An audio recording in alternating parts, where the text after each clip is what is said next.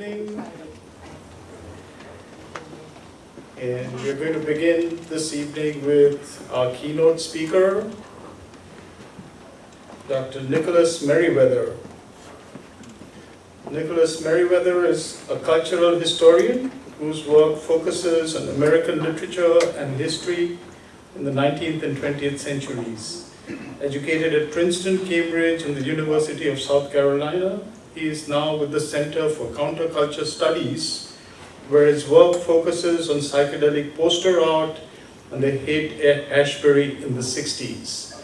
It doesn't say that, but he has been organizing the Grateful Dead Scholarly Caucus for the last, how many years? 20 plus years. Dr. Meriwether.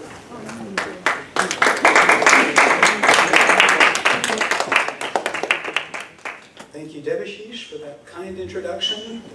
Thanks to CIIS for hosting me, and thanks to you all for braving an evening talk after what I know has been a long and really taxing couple of days.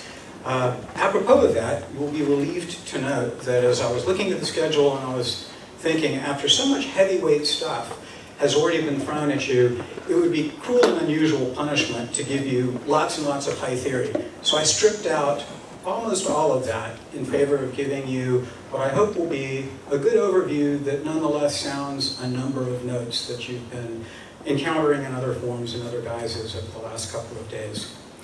Hunter S. Thompson once said that outlines are political documents. So what that actually means in this case is that so too are abstracts, and that means that the title of my talk is now best described as not what is in your program, but instead what is on the screen, which is the Haight-Ashbury, the Grateful Dead, and the idea of the esoteric.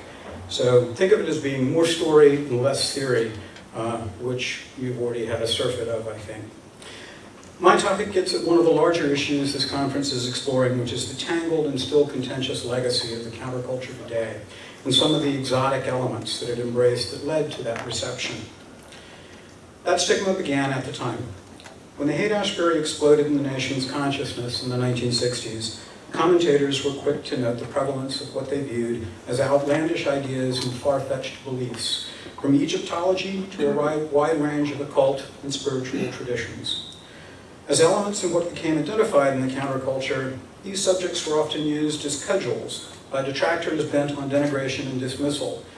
Yet in retrospect, many proved to be enduring and supple additions to an American worldview slowly adapting to its very youthful position in world history and culture. That is especially true of the music of the Haight, which drew on a wide palette of influences, including music from India, Egypt, North Africa, and more. The connections between the Haight's interest in esoteric intellectual traditions and the musical forms and voices that the neighborhood's musicians sought out and incorporated is a fertile area for scholars from the 1960s to explore. This talk focuses on the Grateful Dead's interest in esoterica and its deep connections to their music at the time, a topic that embodies the Haight's quest for lost and hidden knowledge that provides a lens for better understanding the counterculture and its lingering effects more than 50 years after the Summer of Love. The roots of the Dead's interest in what scholars would call esoterica begins a few years before their formation in Palo Alto in 1965. As a university town, Palo Alto had its own bohemian history that stretched back to the 19th century, when Thorsten Veblen made his home on Perry Lane, where Tina Kesey would live in the early 1960s. Veblen's theories were rigorous and innovative, but his work was championed by leftist thinkers and progressives, and his example still haunted Palo Alto when Jerry Garcia and his friends Robert Hunter, Alan Trist, Bobby Peterson, and Phil Lesh all congregated in Kepler's bookstore. Like City Lights in San Francisco, Kepler stocked a wide range of paperbacks with a distinct bohemian slant, including beat writers, left-wing thinkers, spiritualism, and the occult, classic esoterica, in other words. The young Jerry Garcia and his friends were enthralled, and one of the things that I decided I didn't have time to get into is the cryptic picture that you see on the left there. That's Joan Baez and Ira Sandpearl, who went on to be a leading voice in the Palo Alto Peace Center, as of course was Joan Baez, who looked up to Sandpearl as a mentor and a dear friend, and Sandpearl was a longtime clerk at Kepler's, so there's a reason for that. Kepler's also provided the syllabus for the intellectual side of the Peninsula folk scene, which was deeply involved in civil rights and a growing disenchantment with the American military machine. Garcia and his friends experienced that firsthand, playing gigs in local coffee houses and a variety of aggregations and earning a fair degree of local renown. By 1964, however, the folk scene was losing its edge. Prompted by his friend Ron Pigpit McKernan, Garcia assembled his friends Bill Kreutzmann, Bob Weir, and finally Phil Lesh to form the Warlocks in early 1965. With a name inspired by Tolkien's Lord of the Rings, the Warlocks were an electric blues band with a repertory steeped in blues, folk, and a swath of early Rolling Stones. The Warlocks were one of thousands of teen bands that sprang up around the country in response to the British invasion, prompted in large part by the intoxicating example of the Beatles. After the stifling purism of the folk scene, what the Beatles represented was fun. A welcome relief from the politics and the edge of the Peninsula folk scene, where the muted friction between politicos and musicians left Garcia and many of his friends profoundly dismayed. That sense of fun was also enormously appealing to Phil Lesh, whose approach was steeped in avant-garde classical music. After studying with Luciano Berio at Mills College, where Ramon Sendero was working as well, Lesh had worked on a series of increasingly ambitious works, culminating in a piece for 4 orchestras called Foci. Lesh had debuted a piece in 1964 in San Francisco, alongside other serious composers, including Steve Reich, but he would be the first to say that his aim far exceeded his grasp. And for a young composer, outlets for having one's work performed were few and far between. When Garcia asked him to play bass in the Warlocks, he was more than ready. And that added the final critical element to the elixir the band was brewing. What made that elixir uniquely potent was LSD. Drugs had been a prominent part of the beat scene, and marijuana was a constant in the folk scene, but it was government-sponsored experiments with psychedelics at Menlo Veterans Hospital, just up the road from Palo Alto, that introduced LSD to the circle of musical bohemians that would go on to form a major part of the Haight-Ashbury. Those experiments included Robert Hunter and Ken Kesey, both of whom used their experiences to inform their art. This story has been told by a number of writers and historians, but for our purposes, what LSD made clear was that much of what the young bohemians clustered around Kepler's had read suddenly made sense. And even more of it connected from tracks on Buddhism, Sufism, and Gurdjieff to how the beats used inebriants to connect to older cultures and ideas. For Garcia and his friends, it was the beats who first showed the way. All of us read Kerouac, Garcia explained, and after that, nothing was the same. The beats pointed to a world of art and fellowship, a post-war instantiation of the American and European bohemian tradition that melded mobility and interiority, merging the exterior landscape of the country with the interior topography of the mind, and pushing American writing to renew its embrace of transnational elements. Chief among those was religious. Buddhism played a major role in Kerouac's work that culminated in his Sum of the Dharma and his Scripture of the Golden Eternity. Scholars have probed that connection deeply, but here I would also point to his Essentials of Spontaneous Prose as an often overlooked example of the depth of its reading and the profundity of his expression. Allen Ginsberg infused his study of Eastern religion with serious work in the poetics of other cultures, informed by first-person experiences and travel. And Gary Snyder and Philip Whalen became serious students of Zen, both living in Japan in the 60s, and Whalen going on to become an ordained Zen monk, who eventually headed San Francisco's Zen Center.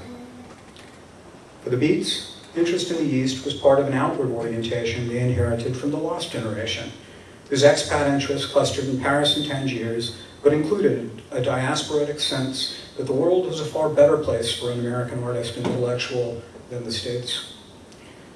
But the Beats added an interest in drugs.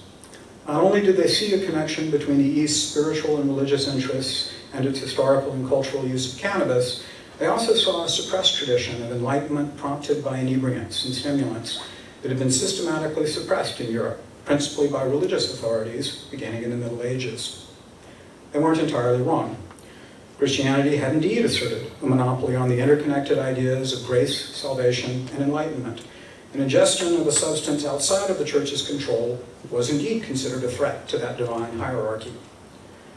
That sense of suppressed knowledge went hand in hand with the idea of hidden knowledge. And the Beats also looked to indigenous cultures' use of psychedelics, from Native American peyotism to Mesoamerican use of ayahuasca, to strengthen their sense of that older, deeper understandings of drugs as vital parts of humanity's history, heritage, and inheritance. Those ideas found a foothold in the scholarly work being done at Harvard by Tim Leary and Richard Alpert in the early 1960s, which was fueled by the enormous academic interest in psychedelics of all varieties, occasioned in part by the same massive government funding that financed the program at Menlo Veterans Hospital. When Leary and Alpert decided that modern psychonauts needed a guide for their psychedelic experiences, they looked to the East as well, using precepts that they adapted from the Tibetan Book of the Dead to help orient trippers. That use was roundly criticized by serious scholars, but it resonated widely with hippies and made the point that other cultures had much to teach when it came to navigating inner space. Psychedelics also invoked the idea of chance, investing ideas like serendipity and synchronicity with both immediacy and real-world power. The I Ching was a favorite text for Ken Kesey and his group of friends, the Merry Pranksters, as it was for Garcia and his circle. Alan Trist remembers the I Ching as an important text in practice in the early 1960s and continues to consult it to this day. The I Ching provided more than just a remarkable and erudite insight into ancient China and Confucianism.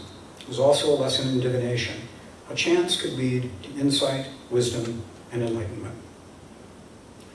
That connected with the Tarot, another link to old world European mysticism, and one that resonated also quite widely in the Haight. The wonderful all-female band, the Ace of Cups, took their name from one of the cards. The Tarot, too, was a device for divination, though that use followed its adoption as a game by some centuries. But unlike the I Ching, the Tarot was associated with darker objects' names, making it an easy target for critics bent on dismissal, however ahistorical and shallow that perspective tended to be.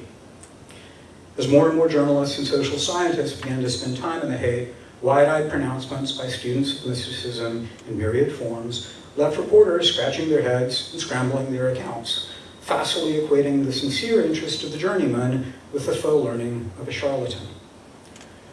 That misperception fed what Middle America wanted to believe, which is why the typical story on the Haight's beliefs mocked the turn to the East by drugstore disciples of Hinduism and Zen Buddhism, as one sociologist put it, or at best, only grudgingly admitting that introspective hippies were, quote, groping for religion, as Newsweek sniffed.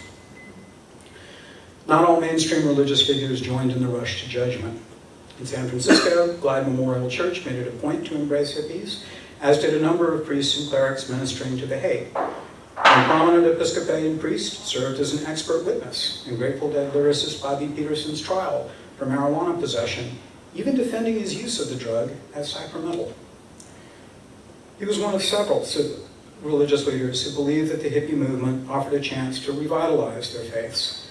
But that idea tapped a wellspring in American history and culture that had existed since the country's genesis as a European colonial outpost, and offered an entirely different way of framing the challenges and opportunities of the upheavals of the 60s. The publication of the Dead Sea Scrolls was one of the most visible manifestations of that tradition, and although those discoveries had begun in the 1940s, they still continued to command interest long after, with additional finds in the 1950s. Echoes of that persisted into the Haight. Elaine Pagels, now Elaine Pagels, was the roommate of Garcia's girlfriend in the early 1960s. She went on to become a renowned scholar of the Dead Sea Scrolls and the Gnostic Gospels. Her work was sparked by a deep interest in the Gospel of John, which also held a powerful fascination for Haight-Ashbury poster artist Rick Griffin. Griffin created a number of the Haight's most iconic images, using his interest in charismatic Christianity as a rich source for his art, and eventually producing an illustrated version of the Gospel of John, still acclaimed by fundamentalists today. But Griffin also shared a deep interest in ancient Egypt, both its lore and its art, which was another major current in the Haight, and one that became a theme in the poster art that advertised the concerts. Decades after Sir Howard Carter's excavations of Tutankhamun's tomb had sparked a worldwide resurgence in interest in all things Egyptian, The theories and speculations of scholars and pseudo-scholars continued to sell books and attract students. San Francisco State College offered courses in Egyptian history and culture, and one student used the wall of his apartment as a drawing board for his practice writing hieroglyphics. His roommate was budding photographer Herb Green, and after Green got over the shock of seeing what his roommate had done, he realized that it was the perfect backdrop for his photographs of his musician friends whose bands were rapidly putting the Haight on the map. Green was especially fond of the Grateful Dead, and one of the bits of lore that floated through the Haight was the spurious story that the band's name came from the Egyptian Book of the Dead. Rick Griffin even made an ad for the band's first album that incorporated the legend, which read, "In the land of the dark, the ship of the sun is drawn by the Grateful Dead." The rumor was so pervasive and widely quoted that the band even briefly entertained the idea of letting that phrase appear on the cover of their first album, but vetoed it at the last minute. The reason? Twofold. First, it wasn't true. The name actually came from a Funk and Wagnall's dictionary. And second, that phrase does not appear in the Egyptian Book of the Dead, although it certainly fits with several of the prayers and incantations that comprise that work. But the sound of the phrase, that was part of the appeal. And it got at the aspect of Egypt that had captivated minds and imaginations for thousands of years, which was the sheer, overwhelming mystery of the pyramids. The pyramids represented one of the most vital themes in the Haight's interest in Esoterica, the idea of lost, hidden knowledge. For no more palpable sign of that is the Great Pyramid of Giza, whose intricate and precise construction still challenges scholars and inspires awe, speculation, and theories ranging from reason to absurdity. If humans once had the knowledge and ability to build structures as imposing and enduring as the pyramids, then what else might we have known and forgotten? What other knowledge might be suppressed or secreted, even in America? For proof, hippies could point to Freemasonry and its role in the lives of the Founding Fathers, or even to Mormonism, whose adherents had long made a base in San Francisco. It meant that hippie bookshelves might have works by Gurdjieff next to Theosophy or Rosicrucianism, or Edgar Cayce, whose work also had deep appeal for Neil Cassidy and a few of the beats, and was picked up by some Appeasy circle as well. This heady admixture of ideas found expression in the art and writing of the Haight, but perhaps most especially in its music. If the Haight's overall approach to spirituality was a kind of ecumenical eclecticism, its approach to rock was equally inclusive and transnational in its borrowings. The Dead and their peers became aware of the exotic flavors of other cultures' music as part of rock music's overall awakening to the world of music outside of the West. British invasion bands made the biggest contribution to the broader public awareness of instruments like the tabla and the sitar, but a host of other bands also included ideas, instrumentation, and motifs drawn from the musical traditions and forms of India, Africa, the Middle East, and Eastern Europe. Some notable milestones included the Kinks' 1965 hit, See My Friends, which was one of the earliest to use the sitar, and Donovan's 1966 album, Sunshine Superman, which incorporated tambura, sitar, and tabla throughout. That same year, Big Jim Sullivan, a British studio musician who claimed to be the first session guitarist in England to own a sitar, released an album of sitar-inflected rock covers, aptly dubbed Lord Sitar. From then on, the procession of rock songs and bands dabbling in what they considered exotic instruments continued apace. But for the bands of the Haight, it was the Stones and the Beatles who provided the first sustained glimpses into the protean possibilities of a rock music infused with more than the typical American and Western instrumental palette. The Stones' Painted Black earned the honor of the first #1 single to include the sitar, played by Brian Jones, but the Beatles captured imaginations with George Harrison's sitar and tambura parts on Tomorrow Never Knows and Love You Too, both on Revolver, released in 1966. A year later, Sgt. Pepper's Lonely Hearts Club Band extended that fusion to perhaps its greatest heights in one of the defining albums of the era. None of that was lost on the Haight, whose musicians boasted their own forays into foreign genres and instrumentation, and often felt that their own search went deeper than their UK counterparts. For the Dead, it began with Phil Lesh, whose college jobs had included a stint in the San Mateo College Library, where he listened to new albums to make sure that they tracked properly. It gave him what he later called a first-rate education in a wide swath of music, American blues, jazz, bluegrass, and avant-garde classical, to what was then called ethno-music, later world music, everything from Eastern European folk music to LPs from India, North Africa, and Egypt. It taught him that what the West viewed music as music was only part of a much broader, deeper awareness of the human production of sound, and it forever altered the way he understood music, sound, and cultural production. It also made him an ideal bandmate, and a few years later, he showed why. Mickey Hart was a champion rudimental drummer when he was swept up into Dead's orbit, and after a trial-by-fire initiation in which he sat in for the second set of the September 1967 concert, he joined the Dead, giving them a critical final element in their quest to redefine rock music. Hart had toyed with a few percussion instruments from other cultures, including a tabla and a tar, an Egyptian frame drum, but he was a dilettante. One day, Phil handed me a record and said, "I think you should hear this," Hart remembers. It was called Drums of North and South India and featured a master tabla player named Alaraka. I'd been fooling around with a pair of tablas without really knowing what I was doing, so I was pretty excited as I slipped the record onto my turntable, picked up the tablas, ready to mimic the beat. I may have tapped the skins 2 or 3 times as the record started, but no more than that. I remember sitting there, totally dumbfounded.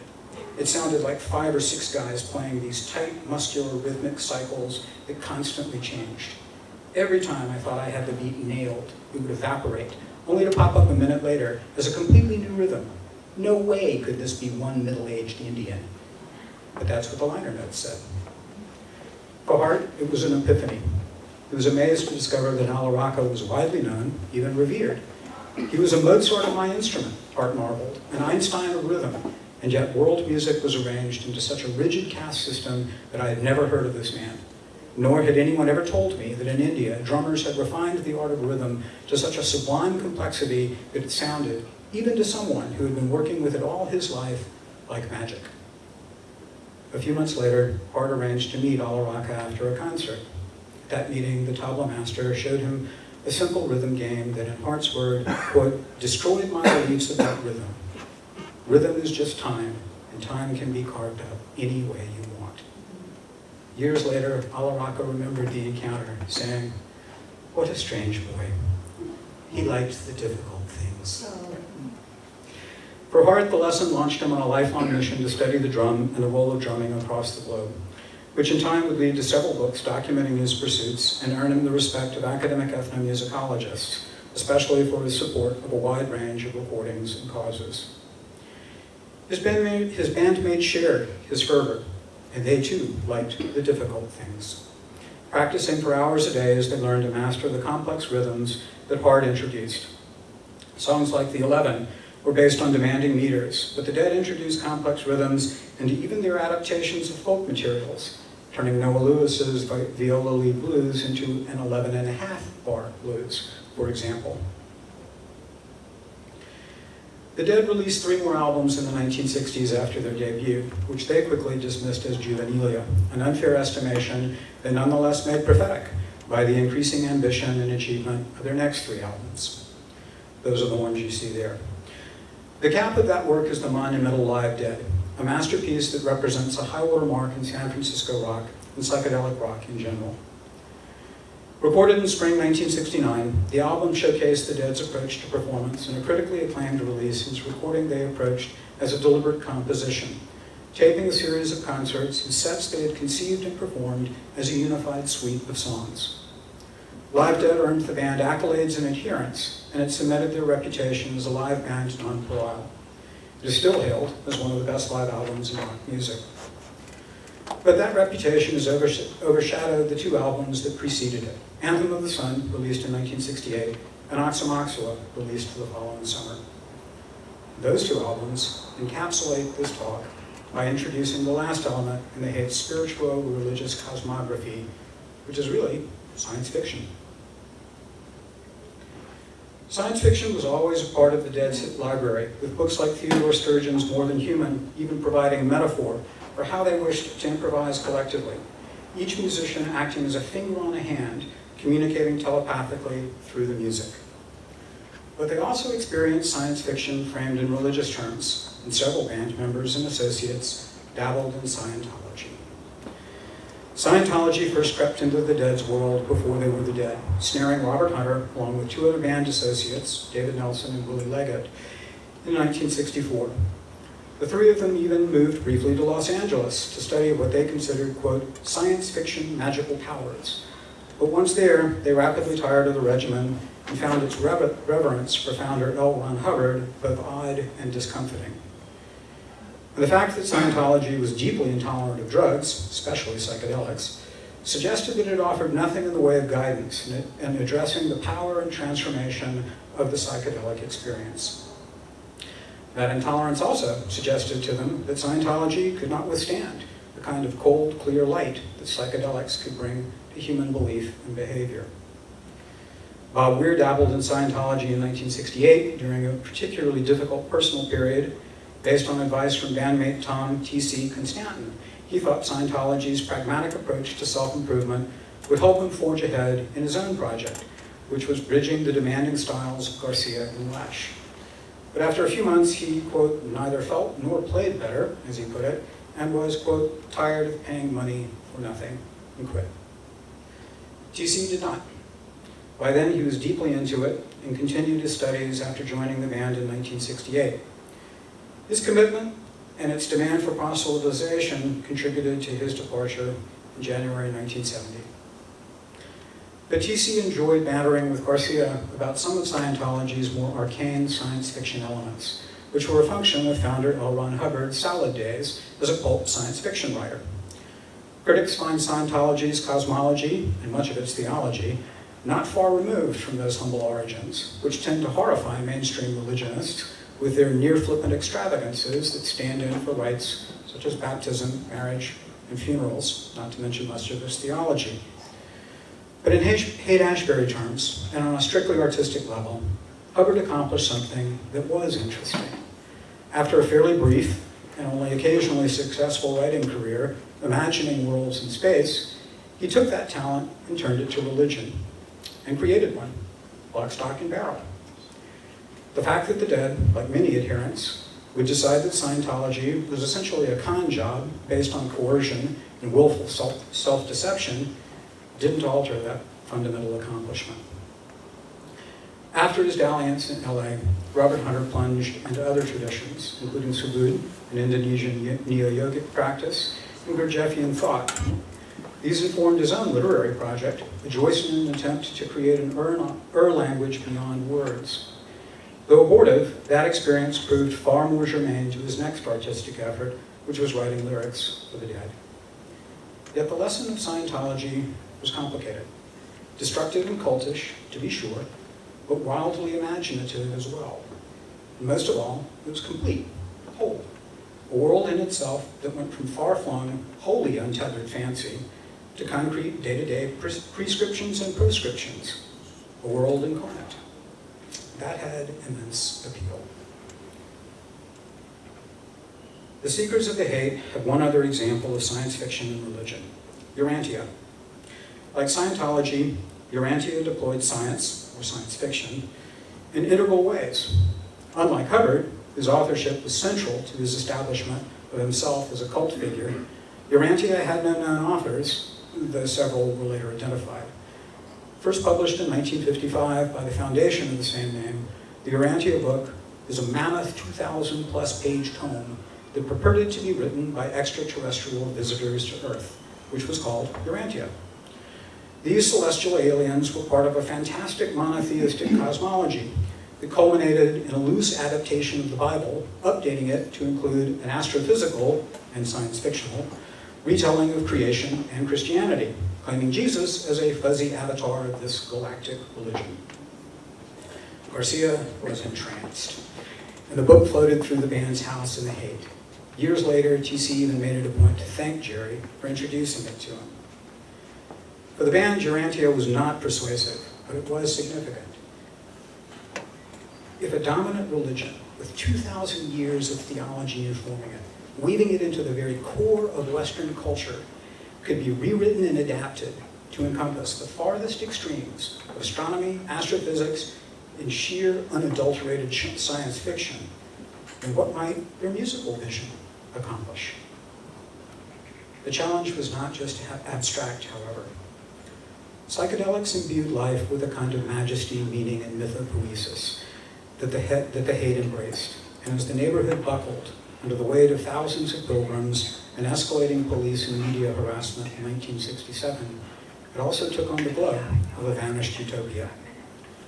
When the Dead moved out in late 1967, the Haight felt like a story marooned, whose contours and meaning had been distorted and buried in the media hype and the growing backlash against psychedelics, hippies, and all things countercultural. That is what the Dead set out to capture with Anthem of the Sun, Oxamaxua, and Live Dead. Nothing less than the experience of the Haight, its power and promise, its foibles and failures, wrapped in a three-part allegory imbued with the power of various faiths and traditions and ideas that had made the Haight such a crucible for ideas and imagination. Theirs was not the only recounting, but in many ways, it was the most successful, establishing the blueprint for a portable community that would congregate around the band and follow it for the rest of their storied career. A quick recap. What bound all of these disparate elements together? Lost knowledge, suppressed traditions, mysteries, initiation, archaeology, astrophysics, science fiction, was the timeless universal quest for meaning, for understanding humanity's place in evolution, on Earth and in the cosmos. Each of these themes played out in the life of the mind of the Haight. Each of them manifested themselves in the outpouring of art, writing, and music that defined the best of the boggy little neighborhood next to Golden Gate Park. One writer argued that he had found the key to all of that. James Churchward was a British explorer and civil servant who wrote a series of books that detailed his discovery of a lost continent called Mu, that had been destroyed more than 200,000 years ago. Cheerfully dismissing all of the science that gainsayed his theory, he claimed to have discovered evidence across the globe to support his contention, which he believed was the only thing that explained everything from the pyramids to Mayan civilization to Easter Island to how Jesus walked on water. I kid you not. The third book in Churchward's series was called The Children of Mu, which band histories dismiss as simply one of the strange books that floated around the Dead's house at 710 Ashbury. One scholar called it a piece of, quote, automatic writing that traced the influence of the mythical Mu on, among other things, Egyptian musical instruments about which no one actually knew anything. That isn't the case. But what is true, and much more interesting, it speaks to Churchward's direct influence on two of the band's albums and on the band's project overall during the 60s. The Children of Mu argues that every ancient civilization, from the Chinese to the Egyptians to the Aztecs, were actually colonies of Mu, which represented the apex of human civilization. Mu flourished for hundreds of thousands of years. An enormous continent of 65 million people was destroyed by a geological cataclysm and sank. Among the many pieces of evidence, quote, that Churchward cited for his theory was the discovery of an ancient Egyptian tomb devoted to professional musicians who entertained Pharaoh's court.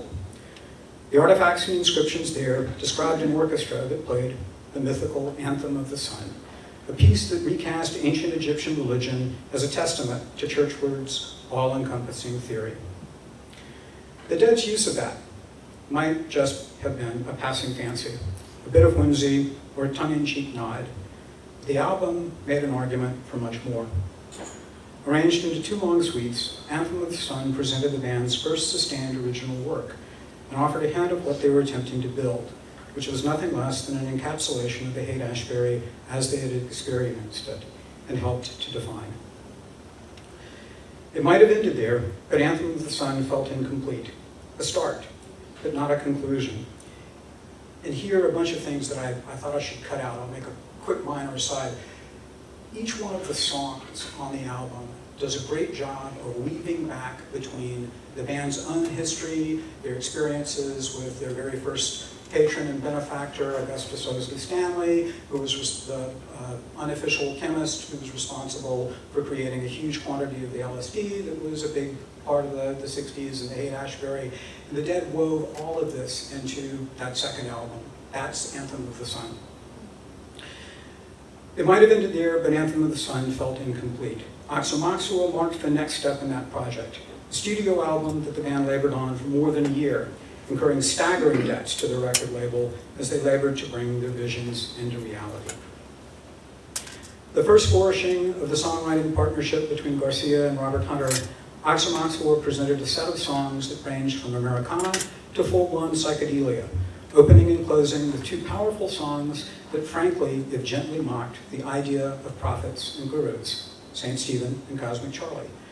And in between covered a wide range of themes and motifs, from a reworking of the multifaceted blues trope of Frank Dupree, to medieval madrigals, to Renaissance British folk song. But the most challenging and powerful song was the highly experimental What's Become of the Baby, a lyrical meditation on the birth of Christ that Garcia turned into his own paean to church with, adding envelope filters and every bit of studio wizardry to mimic one of the instruments that Churchwood imagined, the dead throat, a horn made of a human skull that Churchwood claimed produced a register of immemorable sounds like an artificial throat of some supernatural monster. It was the instrument, containing not only the sounds of other instruments, but also of the human voice. And in the context of the album, it was the heart of the second side of the LP, whose arc mimicked that of an LSD trip, with What's Become of the Baby as the dark, twisted center of the cyclone, when a trip could turn scary. And here, Garcia's haunting vocal wondered, but where in the looking glass fields of illusion wandered the child who was perfect as dawn.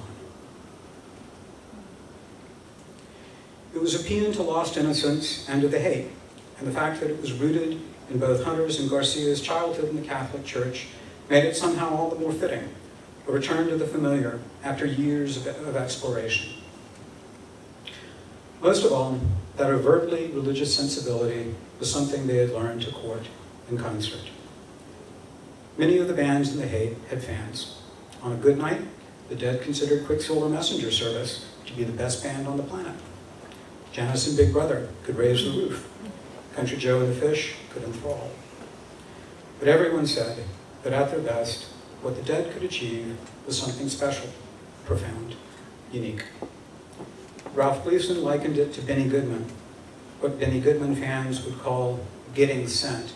There's a great description in one of Gleason's pieces where he describes how in the 1940s, Benny Goodman fans would actually do what Deadheads did later, which was follow Benny Goodman's orchestra from place to place, just for those moments of peak improvisation when Benny Goodman's orchestra would click and hit, and you had that sense of one of the things that Dead fans really went for was not the sense of traditional American improvisation, where one-person solos and everybody else's comps. It's the same thing that you would get, ideally, but not entirely, with Benny Goodman's orchestra, where you have multiple lead instrument voices all improvising collectively. And one of the great things about Gleason's comparison is that some Benny Goodman people would even say, yeah, and at their best, when that happens, it's almost frightening. And that sense of fear is a big part of what made the Dead's mode of collective small group improvisation so enormously enthralling and appealing, and often somewhat frightening, and also something of a nod to the same sense of having your moorings unlodged in the midst of a psychedelic trip. But even Gleason said that what the Dead accomplished at their best was still somewhat different somehow. Dead fans understood though. Historian Dennis McNally put it simply: this time, this period, is when the members of the Dead found their purpose. Playing together night after night, while high as could be, they often found themselves in a state of grace. And they discovered that they were on a mission from God, serving the universe and evolution. In playing, they had found faith. They were still painfully human, often inept, and certainly torn by their human frailty. But in the background, always, there was a shining faith. 6 charmingly demented moons had been touched by the divine. When the dead met Maharishi Mahesh Yogi in the fall of 1967, he explained transcendental meditation to them. They thought, that sounds like what we're doing. But for Phil Lesh, it was even simpler. Every place we play is church. And for the next 28 years, they honored that spirit and carried it to thousands. Thank you.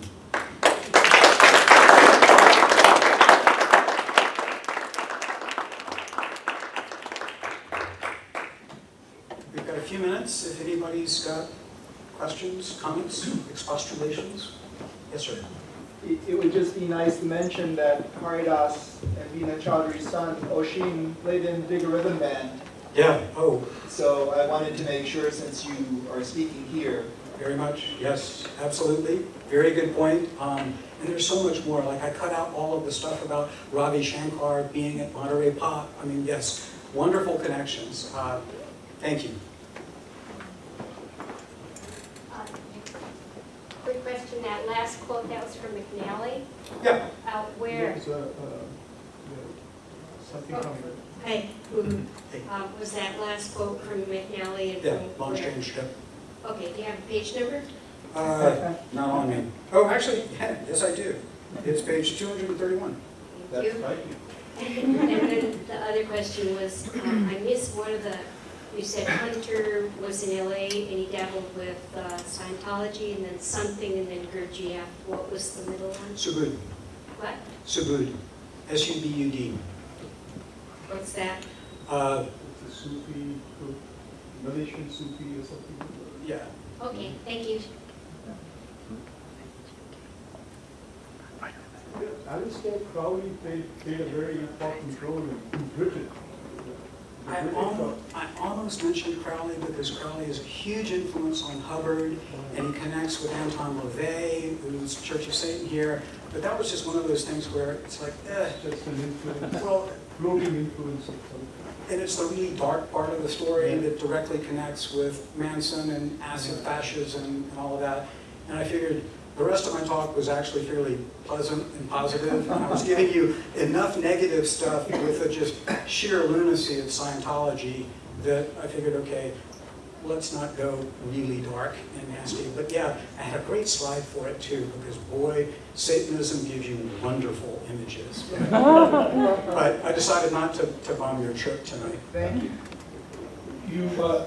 You're presenting the Grateful Dead, as I would expect, because I think they deserve it, as the number one, or not. I actually chose them simply because, from a standpoint of efficiency. There are a lot of different ways to tell this story, but I figured from a narrative and a lecturing standpoint, they were just a good way of getting at all of this. And the other thing is that I thought those three albums were good ways of synthesizing all of this. And when it's harder to do that with Janis Joplin, you can do that to some extent with Country Joe. The Ace of Cups is a wonderful way to do it, but I also wasn't playing any music tonight. And so that was the other reason. So actually, really, it was more from a sense of narrative efficiency than anything else. Well, who would you, I'm going to use the word rank, maybe that's a poor word. Who, in your opinion, represents best and well this period in terms of the music of the Haight-Ashbury and the counterculture?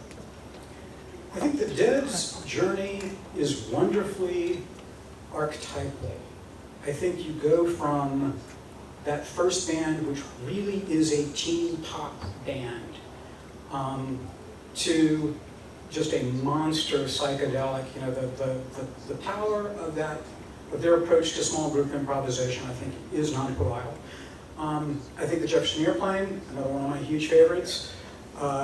You see a different trajectory there. That's really much more going from folk to psychedelia. But I would also say, you know, as much as I am a fan of the Airplane, if you contrast what they did in concert, in terms of improvisation, it is less ambitious than what the dead did. There's another quick side of that, which is in 1967 and 1968, the Airplane were much more consistent in concert than the Grateful Dead.